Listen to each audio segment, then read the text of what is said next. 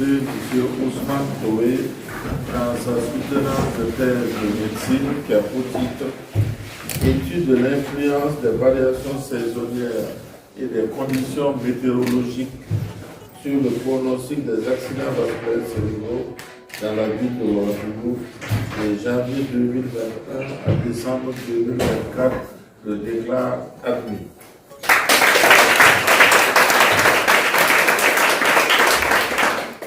Avec la mention très honorable et félicitations du jury.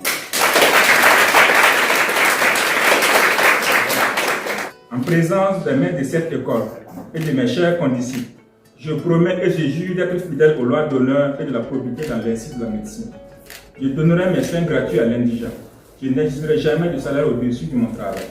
Admis à l'intérieur des maisons, mes jeunes ne verront pas ce qui se passe. Ma langue taira les secrets qui me seront confiés.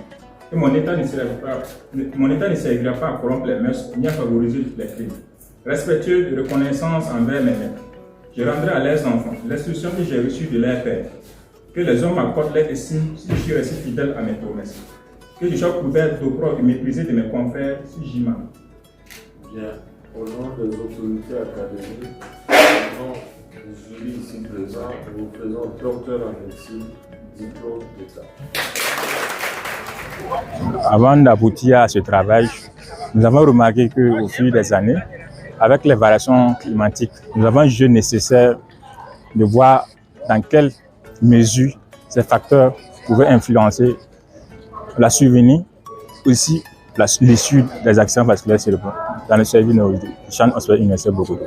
L'issue de notre travail, il ressort que les températures élevées et les précipitations abondantes et l'humidité relativement élevée aussi favorisent et aggravent le pronostic des accidents vasculaires cérébraux.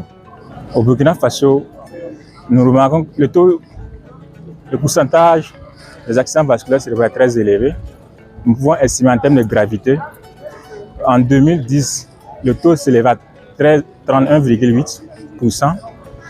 Avec l'évolution de la médecine, de la prise en charge, à l'issue de mon travail, nous sommes actuellement à 8,7%. Nous observons une marge d'erreur significativement positive, mais néanmoins, il reste des efforts à consentir dans ce domaine. Maintenant, pour ces recommandations, voilà, nous pouvons agir sur les différents facteurs de risque.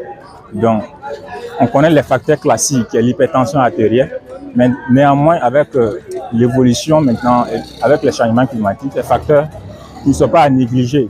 Dans notre étude, nous avons vu que les facteurs environnementaux représentent 34,4% des facteurs de risque modifiables. Donc, nous exhortons la population à adopter des mesures d'hygiène environnementale pendant ces périodes critiques.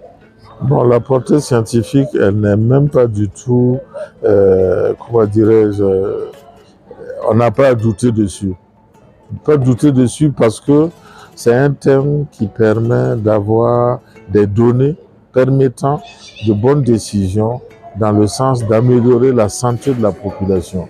Il a si bien fait remarquer que c'est dans la période de transition entre la saison sèche et la saison hivernale que les AVC surviennent le plus souvent et avec beaucoup de complications. Donc c'est une donnée fondamentale qui peut aider les autorités à mieux informer la population. La suite, néanmoins, on vient d'être consacré, mais on ne va pas dormir sur notre oreiller.